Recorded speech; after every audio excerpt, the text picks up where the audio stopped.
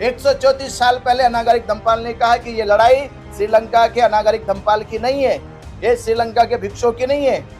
ये लड़ाई है महाबोधि महावीर की मुक्ति की। तो जो 134 साल पहले जवाब था वो जवाब आज भी है, ये लड़ाई है महाबोधि महावीर मुक्ति आंदोलन। ये तो बाबा साहब की देन है, उन्होंने हमें सिखाया है कि हम संविधान को मानते हुए अपनी बात को रखें। लेकिन जब पानी सर के ऊपर से उतर जाएगा, जिस तरीके से आज राम राज की बात करने वाले लोग हमारे बहन बेटियों पर जुल्म जाति अत्याचार कर रहे हैं, वो जब संविधान को नहीं मान रहे तो हम सेल्फ डिफेंस में हर वो काम करेंगे जिससे कि हमें न्याय मिले। आज देश का बहुजन समाज, बोध को मानने वाले लोग, संविधान को मानने वाले लोग, वो जिंदा हैं या मुर्दा हैं, ये 12 फरवरी को देश साबित करेगा।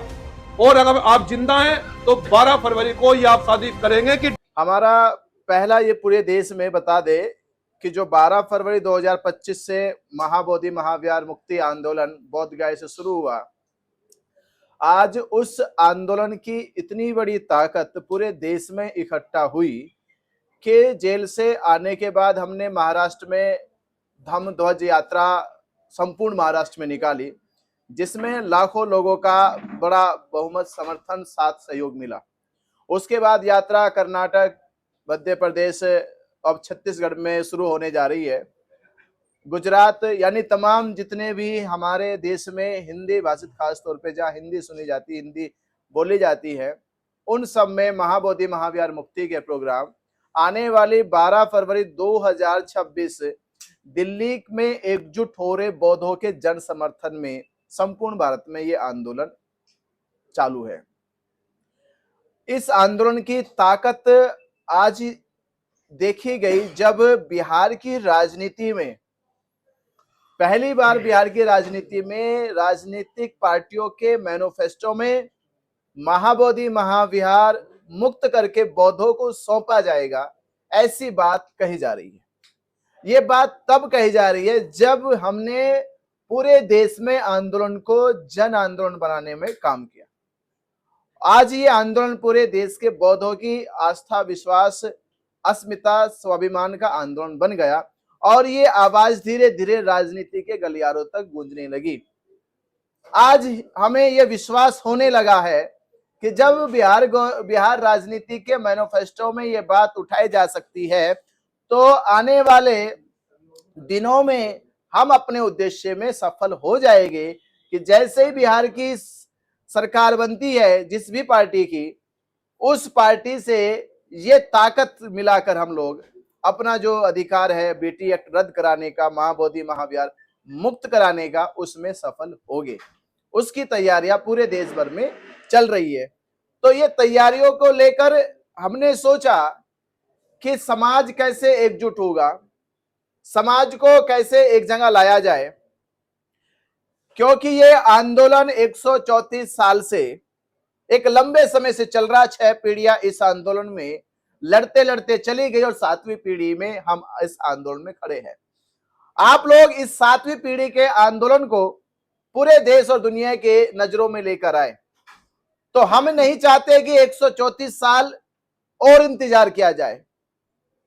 आंदोलन की ताकत ये नहीं कि वो कितने साल चला, आंदोलन की साथ ताकत ये है कि आंदोलन के साथ कितने लोग चले। तो आज हमें जरूरत है कि हमें 134 साल से जो लड़ाई लड़ी गई वो लड़ाई लड़नी नहीं बल्कि उसको जीतना है। तो जीतने की तैयारी 17 अगस्त 2025 में दीक्षा भूमि नागपुर से संपूर्ण महाराष्ट्र में धम्म ध्वज यात्रा निकाल के शुरू की गई और उसका असर पूरे देश में पड़ा। और इस यात्रा का और उस देश में देश के बौद्धों के बीच में जो जागरूकता, एकजुटता आई, उसका असर बिहार की राजनीति में पड़ा। यह केवल असर है, पर अभी हमारी सफलता हमारे हाथों से अभी दूर है। हमें वो अपने पास लेकर आनी। उसके लिए आने वाली 12 फरवरी 2026 में जब संपूर्ण भारत के बौद्ध, अंबेडकरवादी, बहुजन समाज के लोग दिल्ली में पहुंचकर जब दिल्ली जाम करेंगे, तब हमारी जो उद्देश्य है वो पूरा होगा। तो उसकी तैयारी को लेकर संपूर्ण भारत के बौद्धों के साथ, अंबेडकरवादियों के साथ, बहुजन समाज के साथ ये बेटी एक्ट रद्द करो, महाबोधि महावीर मुक्त करो, ये संदेश देकर जागरूक करने का काम किया जा रहा, एकजुट करने का काम किया जा रहा। तो हम अपनी इस ताकत को, जहां भारत में हिंदू एकजुट हुए, मुस्लिम एकजुट हुए, सिख एकजुट हुए, ईसाई एकजुट हुए। अब जरूरत है कि भारत की इस ऐतिहासिक तारीख पे भारत के बौद्ध एकजुट हो गए और लाखों की संख्या में एक स्थान पर, एक तारीख पर एकजुट होकर दिल्ली जाम करेंगे और दिल्ली की जाम होने से मोदी की नींद हराम हो जाएगी और जब मोदी की नींद हराम होगी तो बिहार गवर्नमेंट की नींद हराम होगी और जब बिहार गवर्नमेंट की नींद हराम होगी तो पंडित पुरोहितों की भी नींद हराम होगी और बीटी एक्ट रद्द होगा। तो ये मैसेज आप सभी देशवासियों को दिया जा रहा है। आने वाली नवंबर के 12-13 नवंबर से छत्तीसगढ़ में यात्रा शुरू हो जाएगी, उसके बाद मध्य प्रदेश में शुरू होगी और उसके बाद उत्तर प्रदेश, हरियाणा, राजस्थान या जो दिल्ली के आसपास के जितने हमारे डिस्ट्रिक्ट टच में है उनमें दिसंबर और जनवरी माह में बड़े पैमाने पे जनसभाएं की जाएगी, यात्राएं निकाली जाएगी, जिससे हम अपनी 12 फरवरी 2026 की तारीख में लाखों लोगों को एकजुट कर सके। तो ये अभियान जो अभी संपूर्ण भारत में चल रहा उसके माध्यम से हमने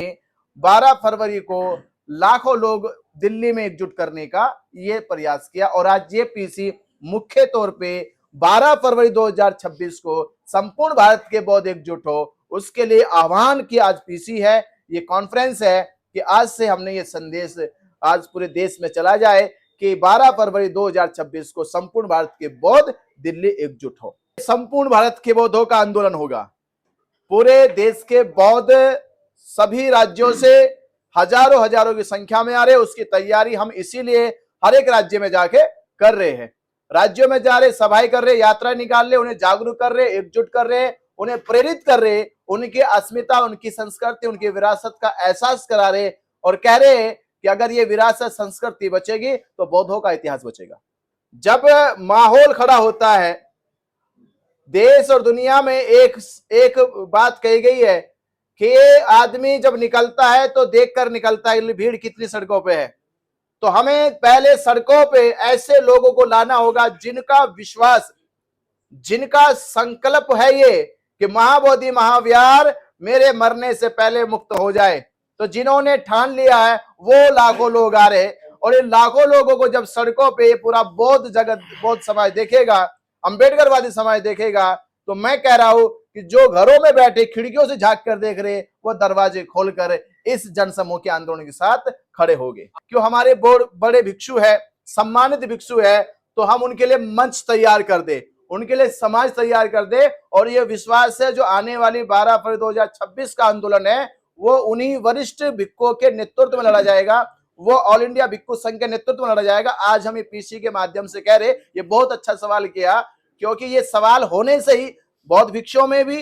ऑल इंडिया बौद्ध भिक्षु संघ में भी और बौद्ध उपासकों में ये मनोबल बढ़ेगा कि जो आने वाला प्रोग्राम है ये विनाचार्य का प्रोग्राम नहीं है, ये विनाचार्य ऑल इंडिया भिक्षु संघ को प्रोग्राम तैयार करके समर्पित कर रहा है कि 12 फरवरी को मंच पे ऑल इंडिया भिक्षु संघ ही होगा। ये हम लोगों ने ये जो सड़कों पे आंदोलन किया,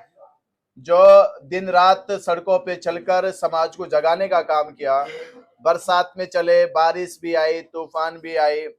और तकलीफें भी हुई, उसके बावजूद भी ये आंदोलन सड़कों पे लगातार 12 फरवरी 2025 से दिखाई दे रहा है, आज तक दिखाई दे रहा है। आज भी मोर्चे पूरे देश में चल रहे हैं, तो उसका असर पड़ा है बिहार के इलेक्शन में कि वहां की राजनीतिक पार्टियों ने अपने मैनिफेस्टो में ये जिक्र करा कि हम महाबोधि महाविहार को मुक्त करके बौद्धों को सौंपेंगे, बीटी एक्ट रद्द करेंगे। ये चर्चा हुई बिहार के इलेक्शन में और ये चर्चा हुई तो ये हमारी जीत है। अब ये जिसके बाद इलेक्शन के जब वहां 14 नवंबर को सरकार बन जाएगी, उसके बाद हमारा टारगेट होगा कि अब उसे इंप्लीमेंट किया जाए। तो हम 12 फरवरी में पूरे देश से बौद्धों की ताकत इकट्ठा करके बिहार सरकार ने जो मैनिफेस्टो में, वो बिहार की राजनीतिक पार्टियों ने जो मैनिफेस्टो में रखा है, जिसकी भी सरकार बनती है हम उस पर ताकत से दबाव बनाएंगे कि अब उस बात को इंप्लीमेंट किया जाए। 134 साल पहले अनागरिक धम्मपाल ने कहा कि ये लड़ाई श्रीलंका के अनागरिक धम्मपाल की नहीं है, ये श्रीलंका के भिक्षुओं की नहीं है, ये लड़ाई है महाबोधि महाविहार की मुक्ति की। तो जो 134 साल पहले जवाब था वो जवाब आज भी है, ये लड़ाई है महाबोधि महाविहार मुक्ति आंदोलन की। जिन पार्टियों ने, चाहे जो विपक्ष के लोग हैं, सत्ता पक्ष तो मैं उम्मीद है ही नहीं, जो विपक्ष के लोग हैं जो बात उठा रहे हैं बोध गया की, जो माननीय भंते जी का समर्थन कर रहे हैं, उनको आप वोट करें, लेकिन पहले एक बार ठोक बजा लें। और अभी वोट गिरने में समय है। जो हमारे बोधगया को मुक्त करेगा, भंते जी को सम्मानजनक उसमें स्थापित करेगा, हम उसके साथ खड़े नजर आएंगे। और ये लड़ाई सिर्फ बिहार पटना सिर्फ की नहीं है, ये लड़ाई पूरे देश की है। और मैं फिर कहना चाहता हूं, इसमें मुझे कहने में कोई गुरेज नहीं है। एक एडवोकेट होने के नाते अपने सेल्फ डिफेंस में इतिहास उनका लिखा जाता है जो कलम से और तलवार से बात करते हैं। सम्राट अशोक ने जब यहां पर जो है तथागत गौतम बुद्ध की विचारधारा को स्थापित किया तो तलवार के दम पे किया, और वो तलवार की नोक कलम की लोग भी हो सकती है, तलवार की भी हो सकती है। तो जो बहुजन समाज को कमजोर समझ रहे हैं, जो लगातार बहुजन समाज के महापुरुषों एवं महिलाओं पे, उनके जो है बुजुर्गों पर अत्याचार जुल्म जाति कर रहे हैं, वो इतना कमजोर ना समझे कि सिर्फ हम कलम का इंतजार रखेंगे। ये तो बाबा साहब की देन है, उन्होंने हमें सिखाया है कि हम संविधान को मानते हुए अपनी बात को रखें। लेकिन जब पानी सर के ऊपर से उतर जाएगा, जिस तरीके से आज राम राज की बात करने वाले लोग हमारे बहन बेटियों पर जुल्म जाति अत्याचार कर रहे हैं, वो जब संविधान को नहीं मान रहे, तो हम सेल्फ डिफेंस में हर वो काम करेंगे जिससे कि हमें न्याय मिले। लेकिन संविधान में इजाजत है, संविधान अभी जिंदा है, बाबा साहब की आत्मा संविधान में बसती है। हम लोग लास्ट तक, अंतिम सांस तक संविधान को मानने का प्रयास करेंगे। जिस दिन हमें यह लगा कि संविधान को खत्म कर दिया गया है, हमारे अधिकारों को कुचल दिया गया है, हमारे महापुरुषों के विचारों को कुचल दिया गया है, तो बिल्कुल भी हम लोग नीली क्रांति करने से पीछे नहीं हटेंगे, अपनी जान देने से पीछे नहीं हटेंगे, अपनी गर्दन कटवा देंगे, लेकिन अपने समाज, अपने महापुरुषों के अधिकार को खत्म होने नहीं देंगे। ये लड़ाई बोधगया से स्टार्ट हुई है, पूरे देश में जाएगी। माननीय भंते जी ने बताया, तमाम संगठन के साथियों ने बताया कि आने वाली 12 तारीख को रामलीला मैदान में एक आंदोलनों का एक आगाज होगा, जो पूरी दुनिया के बुद्धिस्ट लोगों को, तथागत गौतम बुद्ध भगवान के मानने वालों लोगों को इकट्ठा करने का प्रयास करेगा। और भारत के इतिहास में पहली बार ऐसे होने जा रहा है कि जिसमें लाखों लोग तथागत गौतम बुद्ध भगवान की विचारधारा को लेकर के बोधगया में, जो वहां पर मठाधीश बैठे हुए कब्जा करके समिति में, उसे छुटवाने के लिए महाआंदोलन करेगा। उसके लिए मेरी आपसे अपील है, अभी समय है लगभग 3 महीने का, सभी अम्बेडकरवादी लोग, सभी राष्ट्रवादी लोग 12 फरवरी को रामलीला मैदान में कूच करें। बाकी जो समिति, जो कोर कमेटी बनाई गई है या बनाई जाएगी, उसके मैसेज का इंतजार रखें। लेकिन 12 तारीख फाइनल है, अपनी गाड़ियों से, अपनी बसों से, ट्रेनों के माध्यम से पहली आसपास के क्षेत्र में पहुंचे और उस आंदोलन को सक्सेसफुल बनाने का काम करें। जो समाज नालायक है, और मैं फिर कह रहा हूं, खास करके जो मेरा ओबीसी समाज है, जो मेरे जाट, गुजर, यादव भाई है, तेली, दमोली है, उन्हें सिर्फ धर्म के नाम पर लॉलीपॉप दिया जा रहा है। जब उनके हक अधिकारों की बात होती है, उनके आरक्षण की बात होती है, तो वो लोग हिंदू बनकर पीछे खड़े हो जाते हैं। जब वो लोग अपने आप को इस देश का मूल निवासी साबित कर लेंगे, जब वो लोग संविधान के द्वारा अपने अधिकारों को पहचान जाएंगे, जब उनके हक अधिकार उन्हें मिलने लग जाएंगे, तो वो इस आंदोलन का हिस्सा बनेंगे। सबसे बड़ी आबादी ओबीसी समाज की है, और मैं इस बात को कह सकता हूं कि चाहे तथागत गौतम बुद्ध भगवान हो, चाहे सम्राट अशोक हो, वो ओबीसी समाज से आते हैं। बस थोड़ा शिक्षा का अभाव है, वो लोग नहीं जान पा रहे हैं। जिस दिन उन्हें इस बात का एहसास हो गया, तो वो लोग बड़ी ताकत के साथ इस आंदोलन का हिस्सा बनेंगे और अपना हक अधिकार मांग लेंगे। कि 12 फरवरी को देश के अंदर एक बहुत बड़ा जन आंदोलन रखा गया है रामलीला मैदान में, और उस आंदोलन का जो तात्पर्य है, जो मुख्य उद्देश्य है, उसके लिए बहुजन समाज के प्रत्येक, देश के प्रत्येक नागरिक को हमारा यह संदेश है। और बहुत महत्वपूर्ण बात है